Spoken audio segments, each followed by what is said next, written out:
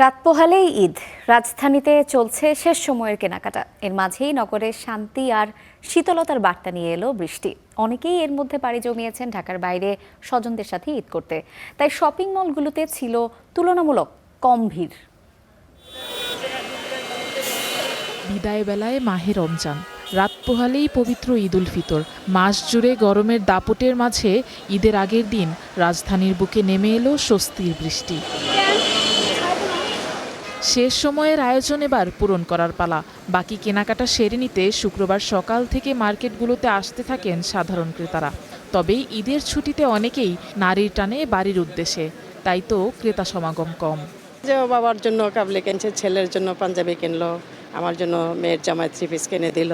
এবার তো মনে হলো ইন্ডিয়ান পাকিস্তানি অত আসেনি, আমিও ঘুরে টুরে দেখলাম, তো দেশি কালেকশনগুলো ভালো। ঠিক 15 রোজার পরের থেকে বেচে কিনতে কিছু আপনার ভালোই ছিল, কিন্তু মাঝখানে করে আবার যুদ্ধর যে আপনার ইরান যে আর আপনার আমেরিকার মধ্যে যে যুদ্ধটা হলো, তখন আপনার বেচা কিনাটা একটু থমকে গেছে।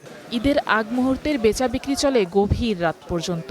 রাত দিন এক করে এখন কেনাকাটা ও বেচা বিক্রির ধুম বিপণী বিতানগুলোতে।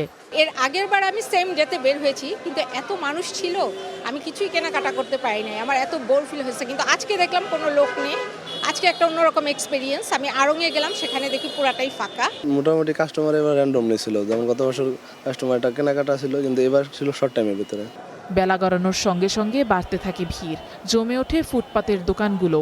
বৃষ্টি উপেক্ষা করে বেচাকেনা চলবে সারা রাত।